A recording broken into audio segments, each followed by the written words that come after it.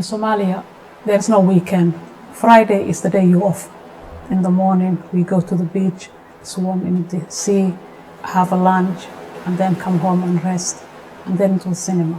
But Saturday and Sunday, you go back to school, you finish 1 o'clock, and then 3 o'clock you go to learn the Quran. I have fond memory where I was born. I had happy childhood. I had 5 siblings. My dad was a policeman, and my mom used to sell stuff, clothes, toys, and my grandmother used to look after us. In those days, policeman wages wasn't enough for the family. That's why she had to go out and support him and work. Later, she found out that he was having a relationship with another lady. She lost it. Every single day, she wore ripped clothes to embarrass him in the office because she wanted him to divorce. And then they divorced. And that's why everything broke. He left the house. She left the house. We ended up staying with my grandma. I was 10. All of a sudden, your wall collapsed around you. I got married very young because I wasn't happy at home. Those days, it's normal to get married when you're 16. And I had my first child when I was 18. When I had my second child, the war started. 2 weeks after I had her. One early morning, there was a lot of gunfire outside the house. My daughter got shot. The bullet came through to the roof and went into her thigh. She was bleeding and crying, and I was so shocked. And when I touch her leg, I can feel the bullet. Absolutely no one is there to help you. We walked 30 kilometers from the city to the next village. People are running for their lives. You can even see people getting shot in front of you.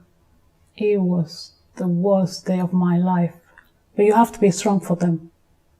You have to just at least try. If you die, you die. We have been walking a day and night. Everyone is running for their lives. No hospital. No help. It was terrible. It wasn't easy to leave the country because there was no airport. We stayed outside Mogadishu about a month, and it's not safe. When you go to sleep, you don't know if you're going to wake up alive because there's guns, there's violence, there's looting everywhere. There is no law. After a month, my mom said that we're going to find you someone to bring you to Kenya. My stepdad asked his friends to loan him some money. Me and the girls. After 3 months, we traveled to Mombasa. A lot of people got killed while we were traveling because every control border, someone wants money. And if you don't pay them, you are finished. And we had this small aircraft, and we finally went to Kenya. That's when I had the most relief. She needed to get the operation done because the bullet is so big, it's the size of your finger. And we went to a big hospital. She had the operation done, and they put her in a jar. My heart broke when I saw the bullet. I said, why didn't that happen to me? Why did it happen to her? And we stayed there about 1.5 years.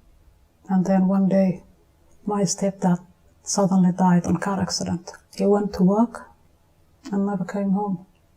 And then we had to start another journey to leave Kenya. And we came to London in 1993. New country, new language. Now what? Where you start? Where you go from here? All I knew is that we were safe, but I was also scared. What kind of life we're gonna have here, and how do I start all over again? My mom knew someone who related to my stepdad. She helped us. Slowly, we find a house, but it wasn't easy. If someone speaks to me, I don't know how to reply, how to say anything. First, I tried to put the kids to school. While they were at school, I went to college. Slowly, life begins. I met a lot of people at the college. Everyone got their own sad story. And everyone was so grateful to be here. In Somalia, in your own home, you're not safe. Life doesn't mean anything. I don't actually have anyone in Somalia now. They've all gone. Uncles, aunties, cousins, wiped out.